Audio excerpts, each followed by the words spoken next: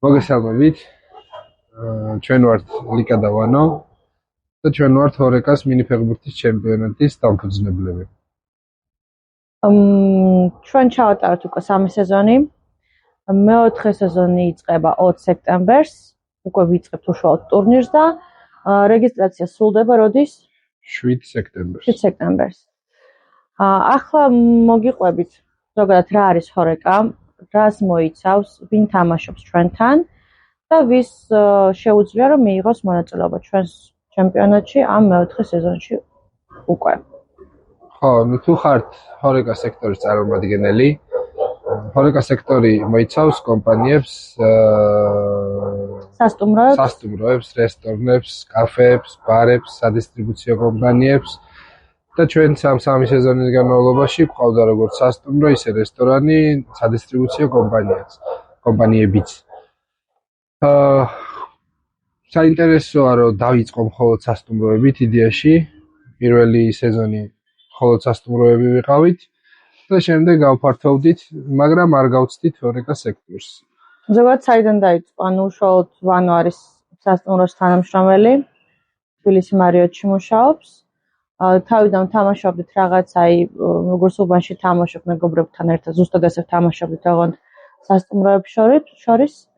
ამხანაგურებს, მაგრამ რო გაიზარდა მოთხოვნა, ვიფიქრეთ, რომ მოდი, ბარემ გავაკეთოთ ტურნირი უკვე ხარისხიანი, თავისი პროფესიონალური მოედნით, თავისი მსაჯით, მესამე სეზონში ფოტოგრაფი, ვიდეოგრაფი მოვიყვანოთ ყველა, ბარიც გვაქვს. საინტერესო ის იყო, რომ თვითონ ტურნირმა გამოიწვია ეგ ყველაფერი, იმიტომ რომ ცუდად რო ვთქვა, მუღამი პირველი სეზონის მუღამით მეორე სეზონი გაკეთდა, მეორე სეზონით მესამე და მოვედით უკვე მეოთხე სეზონამდე.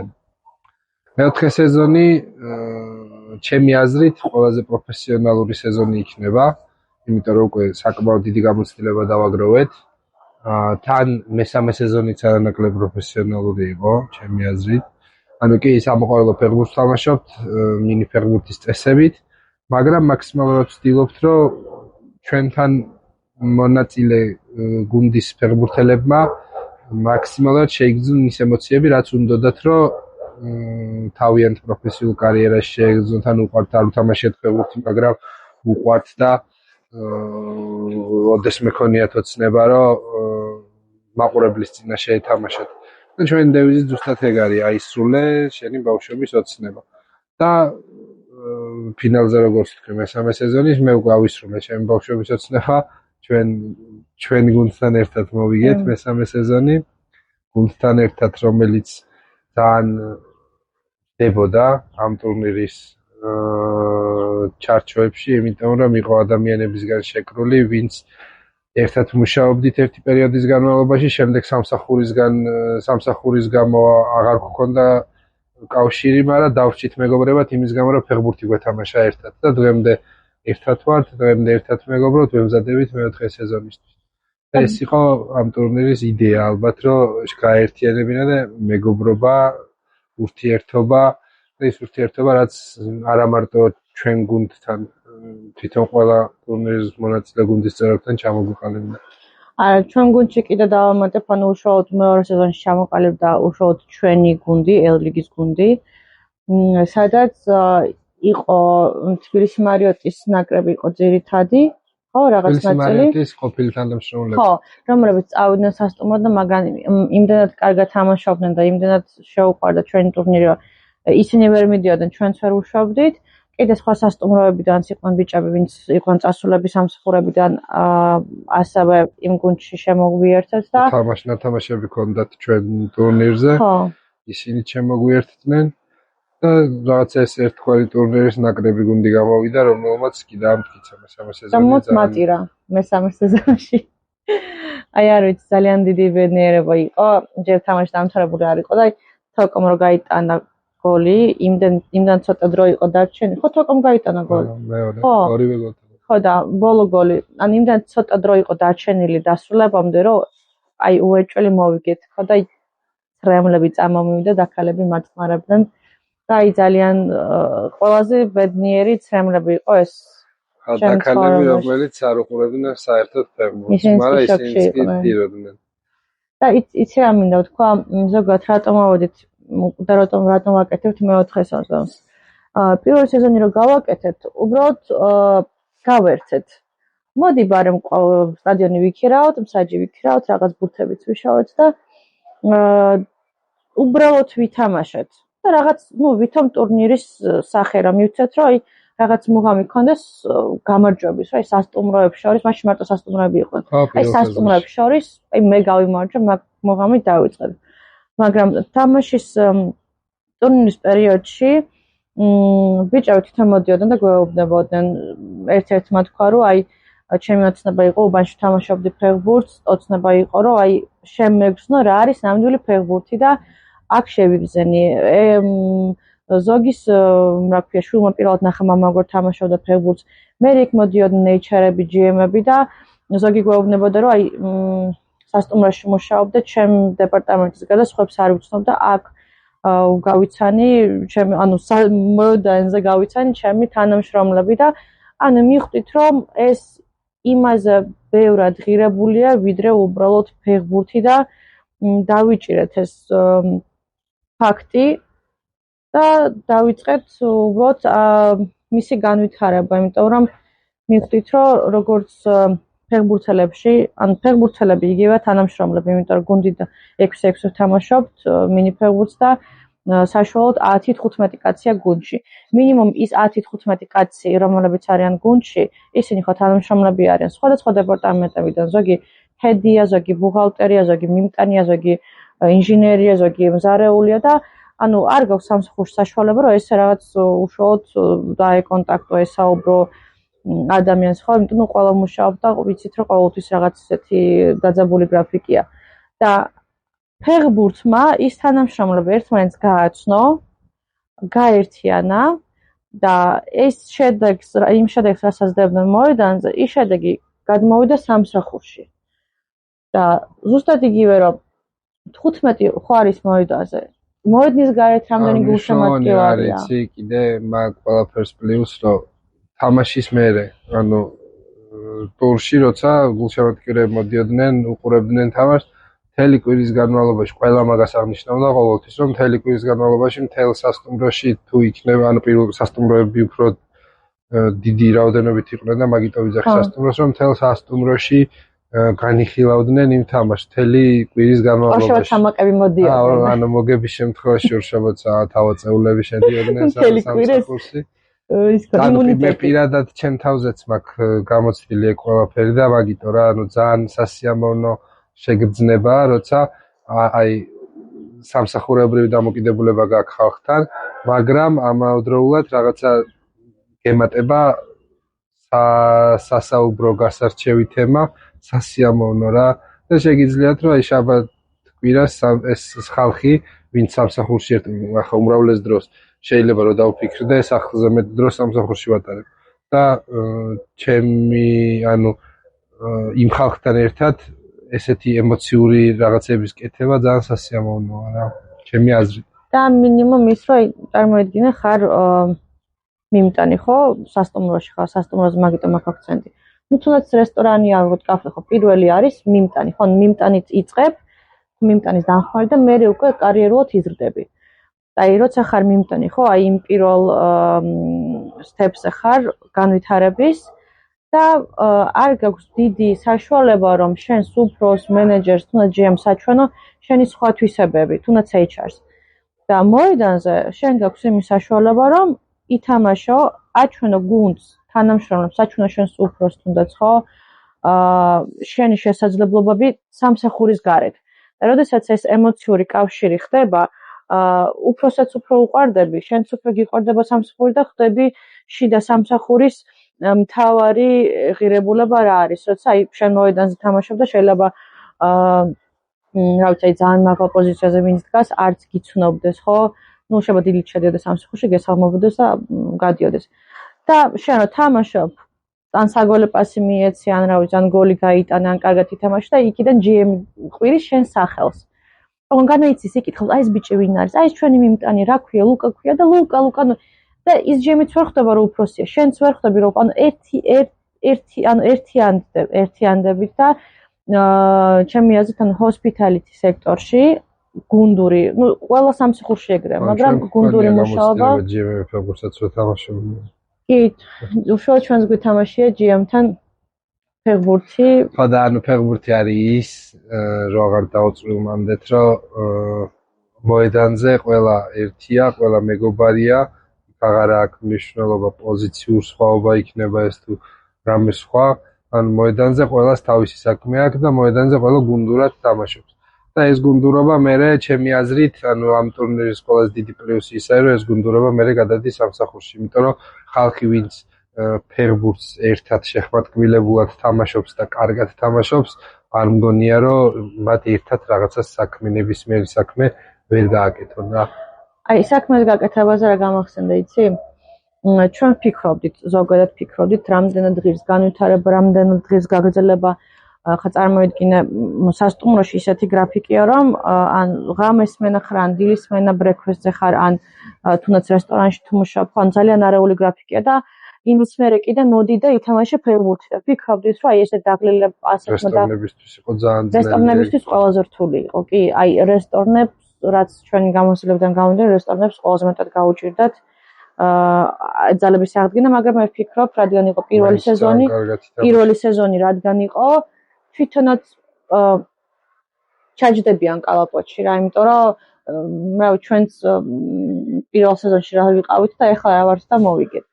ამიტომაც ვფიქრობდი, რომ აი ესე დაღლილები როგორ ითამაშებენ, მაგრამ აი ბიჭებს მარტო ფეხბურთს, ანუ მოედანზე ხო არ ვიცნობ, შესვენებები გვაქვს, ისეთ ატიპოს კომუნიკაცია და რო საუბრობდით, აი ღამე ნათევი ადამიანი მოდის მოედანზე და მოედანზე ჩდება აი ფენიქსივით არის, ანუ სულ სხვა, აი დროც აკეთებ იმას, რაც გიყვარს.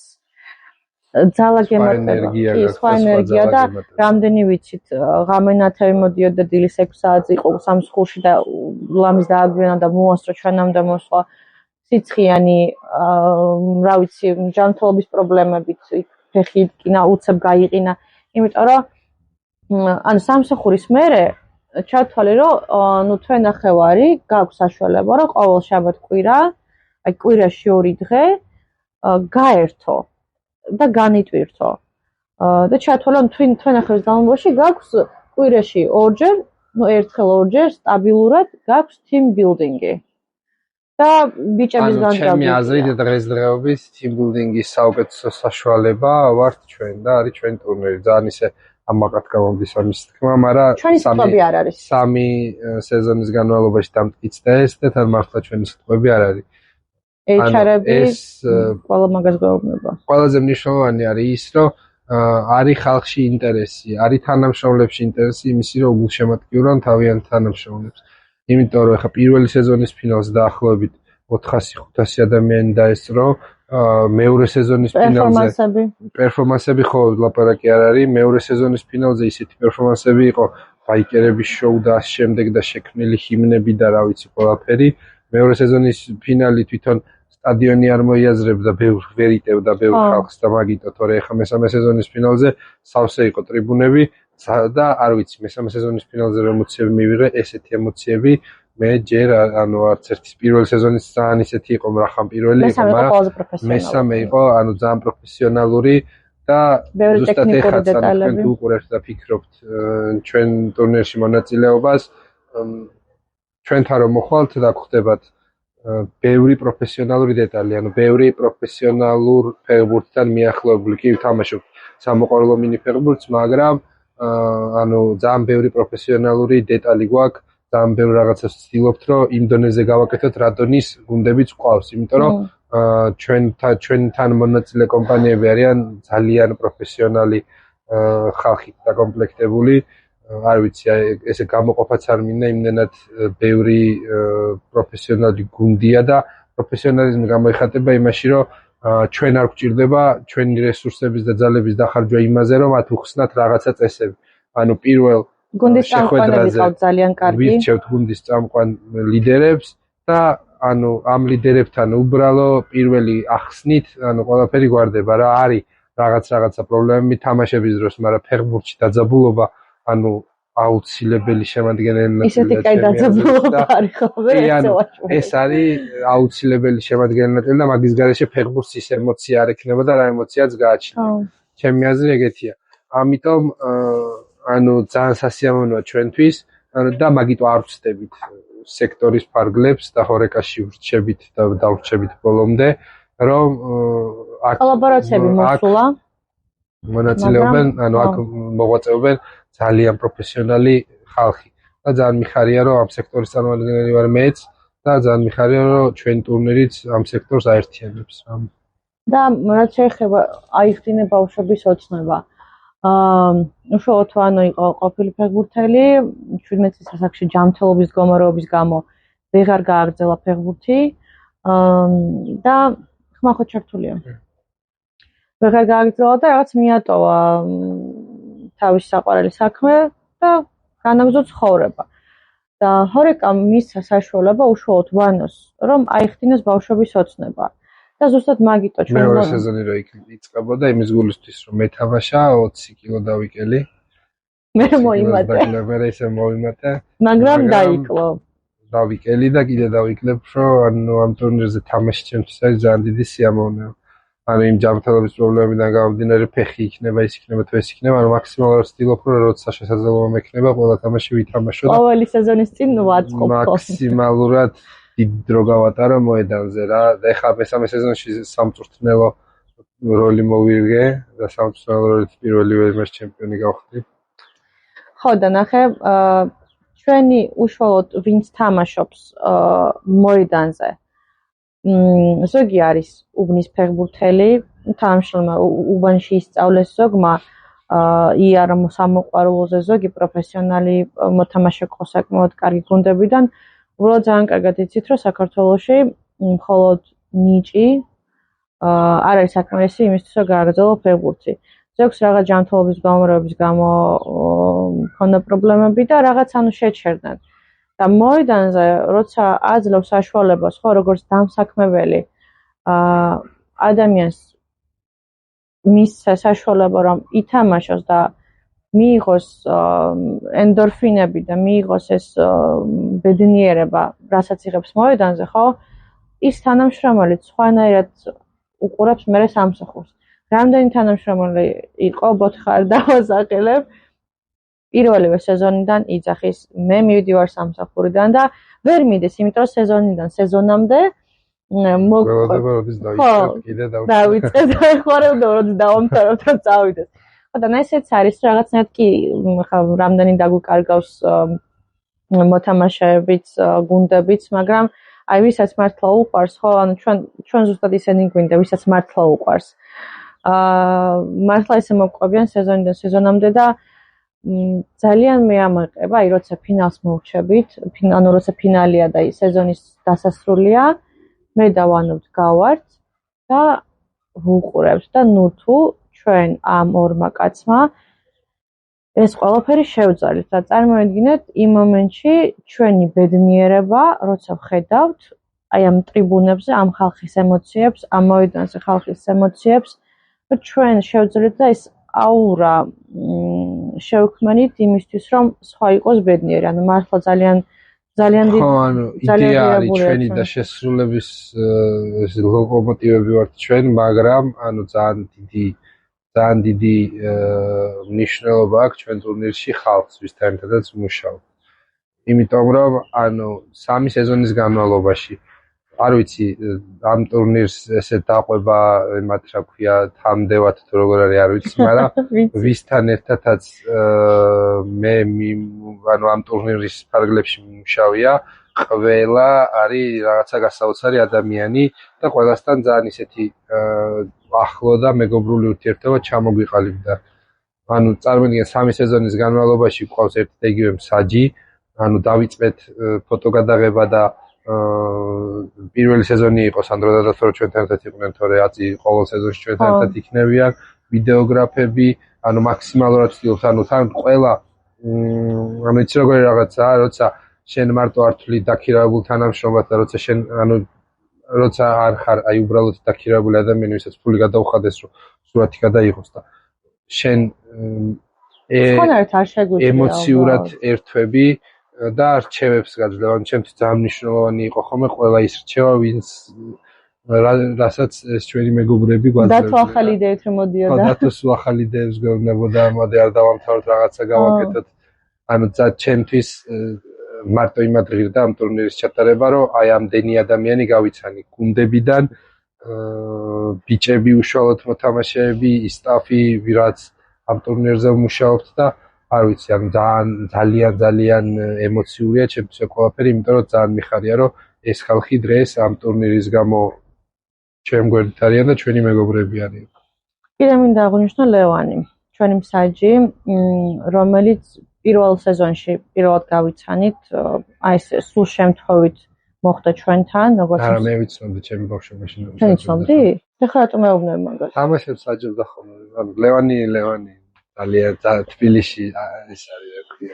ხო და აი ლევანი რატომ მიყვარს ლევანი? იმიტომ რომ პირველ სეზონში ჩვენთან იყო, ხა მე აქამდე არ ვიცოდი, მადლობა რომ თქვი ეს ინფორმაცია, შეიძლება ამ ინტერვიუს განმავლობაში კიდე რამე ახალი გავიგო. და ანუ ლევანისთან მუშაობა ძალიან მაგარია, იმიტომ რომ უბრალოდ არ არის მსაჯი, ანუ არის ადამიანი, რომელიც იცნობს ფეხბურთელებს, იცის ვის უნდა ყური აუწიოს, ვის უნდა თვალი ჩაუკრას, რომ გაჩუმდი თუ არა და გაგაგდებ, იცის ვისაც არ უნდა ელაპარაკო, პირდაპირ ყვითელი უნდა აუწიო და აი ეს ურთიერთობა ლევანის და მოთამაშეების შორის ჩვენთვისაც ძალიან კომფორტულია, მოთამაშეებისთვის ძალიან კომფორტული კი არის თამაშები, როცა ლევანი ყველას ეზიზღება და არ უყვარს. ზოგი თამაში არის, რომ ძალიან უყვარს, მაგრამ ანუ არასდროს ერთ გუნდს მაინც არ უყვარს მსაჯი. ხო და ანუ ლევანი არის მართლა ჩვენი რაღაც ესეთი თილისმა, რომელიც ჩემთვის შეუცვლელია. მის გარეშე არ წარმომიდგენია ეს ტურნირი, იმიტომ რომ სხვანაირი ცოტა უფრო ადამიანური, მეგობრული ურთიერთობა ჩამოგვიყალიბდა. ფოტოგრაფებზე სულ მეტია საუბარი. აი, როცა კეთილ საქმეს და კარგ საქმეს აკეთებ, ღმერთი ყოველთვის გიგზავნის ძალიან კარგ ადამიანებს. ან მაგაში ვწმუნდები, იმიტომ რომ ამ სეზონის განმავლობაში არავის არ უღალატია ჩვენთვის, ვინც კი ქონია დაქირავებული. ჩვენი ბატონი დავითი ბაქსუდის სკოლის დაცვის თანამშრომელი, რომელმაც ფინალს რო დასწრებოდა, სმენა გადაწყვეტა იმის გულით. და გამომიარეთ ხოლმე და არ დავივიწყოთ და რაღაცა ესეთი ის ყველა სხვა შორის ახლა გავუვაროთ ბატონ დავითს ახალ სეზონში. ახალ სეზონისთვის.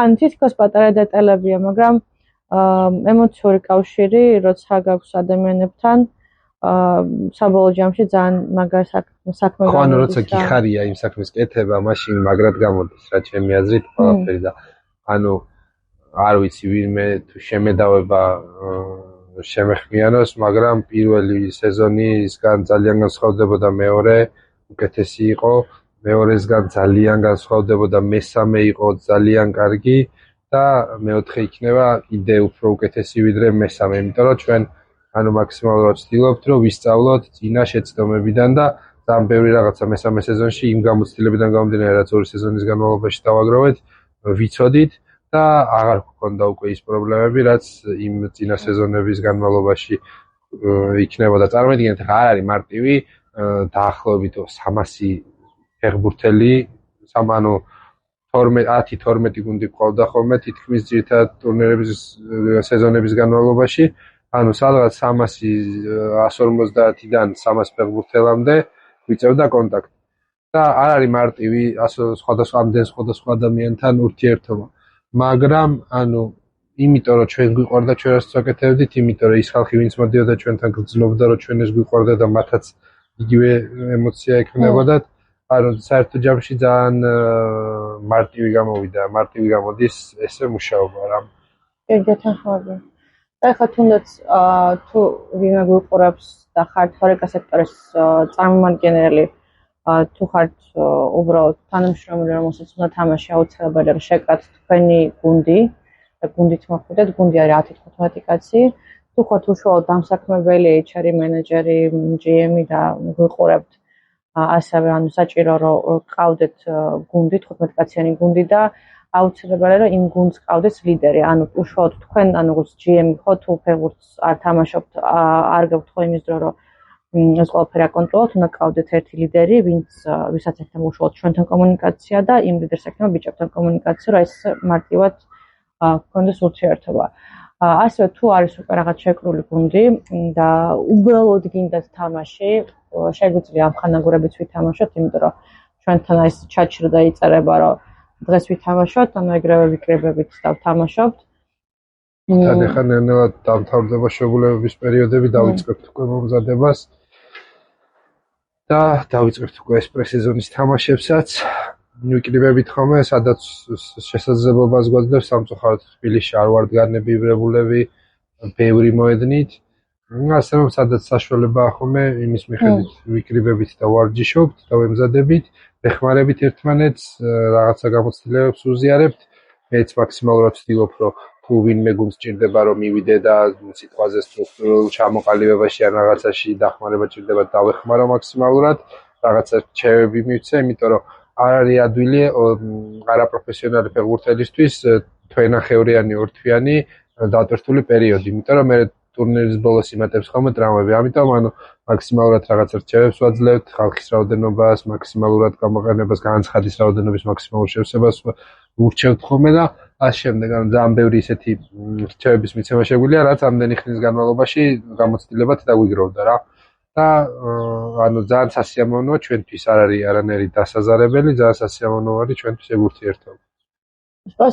სპონსორებსაც ვისაუბრებ, ყავდან სპონსორებით არ ვართ განებივრებულები, ყავს სპონსორები, რომლებსაც ნელ-ნელა ჩვენ ვართ ის კომპანია, ის რაღაც წრე, რომელიც ნელ-ნელა ვითარდებით და სპონსორებიც უფრო და უფრო ინტერესებიან ჩვენით. ყავდა სპონსორები, რომლებიც გვერდში გვედგნენ და იმათანაც ურთიერთობა არასდროს არ დამთავრებულა მხოლოდ სპონსორობით. ზოგი თამაშებზეც იყო მოსული და შეიძლება სპონსორს ესაუბრო დაახლოებით 2-3 კვირას გქონდეთ ეს მეილ კომუნიკაცია, იმანის გითხრა შენ ის უთხარი და რაღაც გაქვს შეთანხმება, მაგრამ როცა მოდის მოედანზე, ხო? ანუ იქ ყველაფერი ნათქვამი, აღარ გვიწევს ამდენი ახსნა და განმარტება რატო ჩვენ. იმიტომ რომ როცა ხედავ იმ ღირებულებებს, რაც ხდება ჩვენს მოედანზე და იზიარებ ზუსტად იგივე ღირებულებებს, საუბარი მართლა ზედმეტია, იმიტომ რომ ჩვენ ვართ ერთადერთები, ვინც ვაკეთებთ ხორეკა სექტორში ასეთ მაგარ საქმეს და ჰოსპიტალიტი სექტორთან თუ ვინმე ახლოს ხართ, ხო, მნიშვნელოვანია, რომ ანუ ჩვენ ძალიან მარტივია ჩვენთვისაც და ჩვენ ვხვდებით, რომ 100 და 200.000 ნახვებს ვერ დავწერთ ვერსად.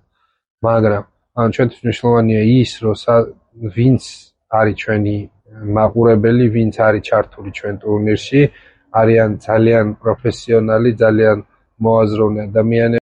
ძალიან მნიშვნელოვანია ის ფაქტი, რომ ეს ხალხი, ვინც ჩვენი მაყურებელია და ვინც ჩვენი მონაწილეა, ანუ არ აღიქვავს სპონსორს რაღაც ისეთ წყაროთ. ანუ მისთვის კომპანია, რომელიც ჩვენთან თანამშრომლობს, აღიქმევა ზუსტად აი ამ პასუხისმგებლობებთან და ურთიერთობებთან და ღირებულებებთან, რაზეც ამდენი ხნის განმავლობაში ამ ვიდეოში ვსაუბრობ. უარიც გვითქვამს.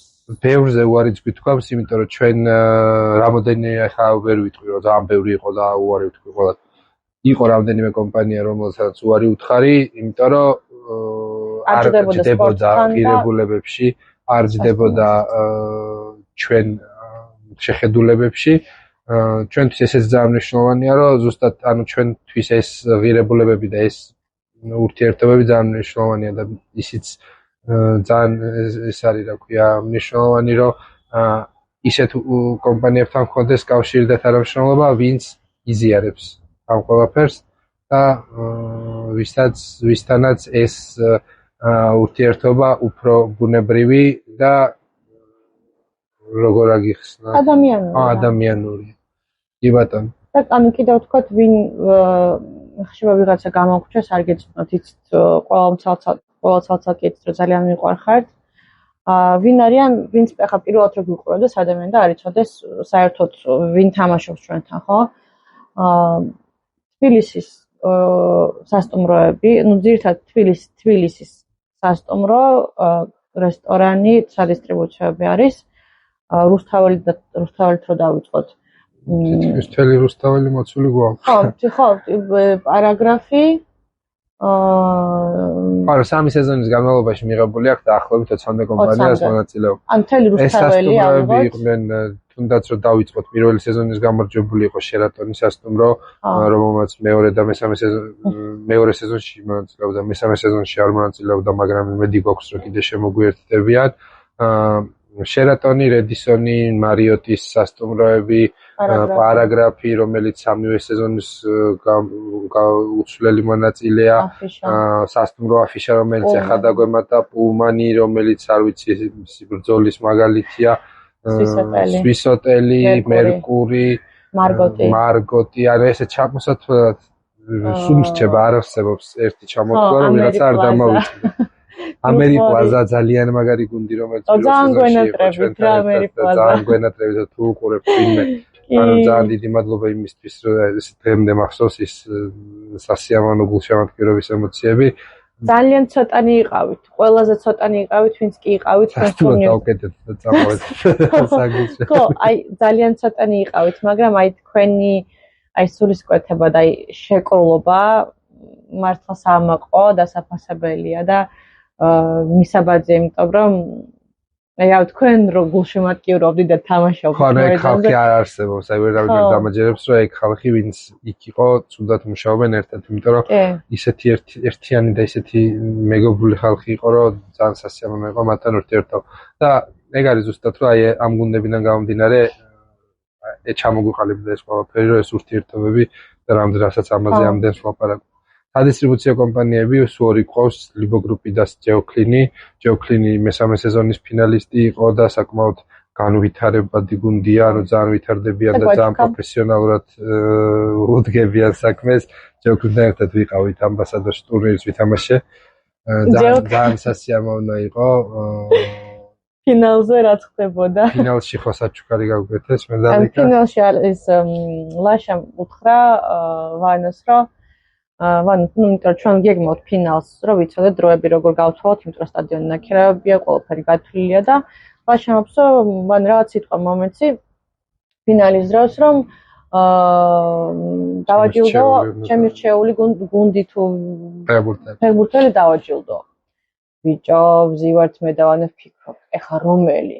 ეს არა, ის ხო არა, ეს ხო არა და ანუ იმ ფიქრებში ვართ, რომ ვიღაც ბიჭს გაახარებენ და ჩვენც გვიხარია. სიმართლე გითხრათ, აი ძალიან გვიხარია, როცა სპონსორი ჩუქნის საჩუქრებს ჩვენს მონაწილეებს, იმიტომ რომ ძალიან მეტ мотивაციას აძლევს მათ, როცა ბიჭებს ვხარია, ჩვენ 10 მაგად გვიხარია. და ნუ რაღაც ისე გვისწორდება რა, რომ ეხლა ვიღაც საჩუქრებენ და ლაშა რაღაცებს იძახის. მე ლაშას აქვს სიტყვა რაღაცას იძახის, ანუ თან ვცდილობ რომ მოვისმინო, თან ხო ხმაურია და ლიკა და ვანო. დუცე ვერ მიხვდი რა ლიკა და ვანო, მეთქი მოგმართა და ჩუქნით და აი მართლა ის იყო რაც არ მოვალოდ რომ პირველად მე მონაწილეს კი არა ორგანიზატორების შრომა დაფასდა. გაჩუქეს ამბასადორში. ორი ღამე ძალიან კარგად გავატარეთ დრო, ძალიან დიდი მადლობა საკირანს გადაგიხდით. იმიტომ რომ ძალიან მნიშვნელოვანი როცა თავს დაფასებულად გრძნობ. და ესეც ჩვენი მიზანია, რომ კი შიდა სამზარეულოში ძალიან გვაფასებენ, უშუალოდ ისაც არის ჩვენთან კომუნიკაცია. და გვინდა რომ მაგიტო წერთ ამ ვიდეოს, რომ თქვენს მიხვდეთ რა ემოცია, რა ღირებულებები, რა მოყვება ამ ჰორეკამ ფეხბურთის ჩემპიონატს. აქედანვე მინდა გადავხადო მადლობა იმ სასტუმროებს, რომლებიც პირველი სეზონიდან ჩვენთან არიან, იმ სასტუმროებს, რესტორნებს და სადისტრიბუციოებს, რომლებიც იყვნენ დებიუტანტები, როგორც მეორე სეზონში, მესამე სეზონში და ანუ იგრძნეს ის ტალღა, ის სიყვარული, ის აურა, რაც ჩვენ გვაქვს გვენდნენ, შემოგვერთდნენ და როცა უკვე აღმოჩნდნენ მოედანზე, ტრიბუნებზე, მიხვდნენ, რომ აი აქამდე სად ვიყავით. ამიტომაც კიდევ ერთხელ რომ შევაჯამოთ, ვთქვათ, რომ მეოთხე სეზონი იწყება მეოთხე სეზონი ჩემი ქმრის დაბადების დღეზე 20 სექტემბერს. კიდევ ერთხელ საჩუქრები არ დაგავიწყდეთ. თუ ეხლა ის ადამიანი, ვისაც აქამდე მონაწილეობა არ მიუღიათ ჩვენ ტურნირში და ამ ვიდეოს აქამდე უყურებს, აუცილებლად დავგვირეკეთ, აქციაში იქნება ქვევით იქნება აქციაში მითითებული ყველაფერი ნომერი აუცილებლად დაგვირეკეთ და გახდით ჩვენი დიდი ოჯახის წევრი, იმიტომ რომ ჩვენ მაქსიმალურად ვეძებთ ხალხს იმისთვის, რომ ეს ჩვენი ურთიერთობები და სიყვარული მაქსიმალურად უფრო ბევრს მოვდოთ, ბევრში გავავრცელოთ და ვითამაშოთ ფეხბურთი. დღესდღეობით საქართველოში ძალიან პოპულარულია ფეხბურთი, ჩვენი ბიჭების დამსახურებით, ჩვენი ნაკრების დამსახურებით, მაგრამ ეროვნულ ლიგაზე მეტი ხალხი ჩვენ ტურნირზე დადის. კი, აღიარებული ფაქტია და ხალხმაც თქვა. ასე რომ, ვიწყებთ 20 სექტემბერს. რეგისტრაცია მთავრდება 7 სექტემბერს. მონაწილეობა ფასიანია, საწევრო გადასახადი შეადგენს 2000 ლარს. შეგვეხმიანეთ, მოგწერეთ, ტელეფონზე იქნება, WhatsApp-ში იქნება, მეილზე იქნება, ყველაფერი მითითებული იქნება ვიდეოს აღწერაში. ძალიან დიდი მადლობა იმისთვის, რამდენი ხანი გისმენდით და ჩვენთან ერთად იყავით. გელოდებით ჰორეკას მინი ფეხბურთის ჩემპიონატის მეოთხე სეზონში. რომელიც ჩატარდება ჯერ სტადიონი ზუსტად არ ვიცი, ჯერ დაჯავშნილი არ გვაქვს, მაგრამ ჩატარდება თბილისში, 90% ვიცით რომ ერთ სტადიონი იქნება. უბრალოდ რადგან ჯერ არ გვაქვს დაჯავშნილი, ზუსტად ვერ გეუბნით, მაგრამ ჩატარდება თბილისში. კვირაში 2 დღე იქნება და გააჩნია იქნება დღის მეორე ნახევარში და საღამოსკენ 4-5 საათიდან. კვირაში გუნდს მოუწევს ამ ჩვენი გადმოსახედიდან რომ გააჩნია საბოლოო ჯამში რამდენი გუნდი შეიკრება, მაგრამ ჩვენი გადმოსახედიდან კვირაში იქნება 1 ან მაქსიმუმ 2 თამაში. მეტი არა. და ტურნირის დაახლოებით გასტანს თვენახევარი 2 თვე. ყოველ კვირას ვისიამოვნოთ ერთად, გავიცნოთ ერთმანეთი, დაუმეგობრდით თქვენი სექტორის წარმომადგენლებს. რა ვიცი, ვითამაშოთ ფეხბურთი, გავერთოთ ვისიამოვნით. აუცილებელია რომ იყოს ჰორეკა სექტორის წარმომადგენელი, ან სასტუმრო, რესტორანი, კაფე, ბარი, სადისტრიბუციო, რომელიც ემსახურება ჰორეკა სექტორს. და აუცილებელი მოხვიდეთ საკუთარი გუნდით, რომელიც ითამაშებს მინი ფეხბურთს. და აუცილებლად გუნდში მონაწილე ყველა ადამიანი უნდა იყოს სასტუმრო იქნება, რესტორანი თუ სადისტრიბუციო კომპანია, მათი თანამშრომელი. ეს არის ყველაზე მნიშვნელოვანი, იმიტომ რომ ჩვენი ნიშა არის ეს, რომ გვინდა ჩვენი თანამშრომლებთან ერთად იმ ხალხთან ერთად ვისთანაც ბევრ დროს ვატარებთ, ვითამაშოთ, ვისიამოვნოთ და გავართოთ. კოლაბორაციებიც მოსულა, თუ არის ისეთი სექტორი, რომელსაც შეგვიძლია შევიყვანოთ ჰორეკას, ანუ ჰორეკაში არ იყოს, მაგრამ იყოს ახლოს რაც ჰოსპიტალიტი სექტორთან. უბრალოდ ეს უნდა განვიხილოთ ინდივიდუალურად, გაგვთ ფეხბურთის თამაშის სურვილი ჩვენთან ერთად. სხვა რა დეტალებზე უკვე აქ გავაძლევთ საუბარი, დეტალებზე მიწერეთ ვანოს, აღწერაში იქნება მეილი, ტელეფონის ნომერი, კიდე რა გექნება? WhatsApp, მოკლედ რა, დანარჩენი უკვე პირადად შეგვიძლია გავისაუბროთ და რა ვიცი. ძალიან მადლობა კიდევ ერთხელ ყურადღებისთვის და იმედი გვაქვს, რომ ძალიან მაგარ სეზონს ჩავატარებთ, კიდე უფრო მაგარს. ყოველ სეზონის მერე პირდებით რომ ამაზე უფრო მაგარი იქნება და აქამდე ყოველთვის ვასრულებთ და იმედია ეხაც შევასრულოთ. დიდი მადლობა კიდე ერთხელ ყველა ჩვენ მონაწილესთავს, დიდი მადლობა ჩვენ მონაწილე გუნდებს ამ 3 სეზონის განმავლობაში და შევხვდებით მეოთხე სეზონში 20 სექტემბრიდან. იმედია ეს ვიდეო მივა იმ ადამიანებამდე, ვისაც უნდა ჩვენთან მონაწილეობა და მერე სეზონის შუაში როიწყება ხოლმე, ეხლა შეიძლება, არ შეიძლება, რეგისტრაცია რომ თავდება, შუა სეზონში უკვე ვერავის ვერ შემოვერთებთ, მაქსიმუმ ამ ხანაგური თამაში გქონდეს თუ გვექნება დრო.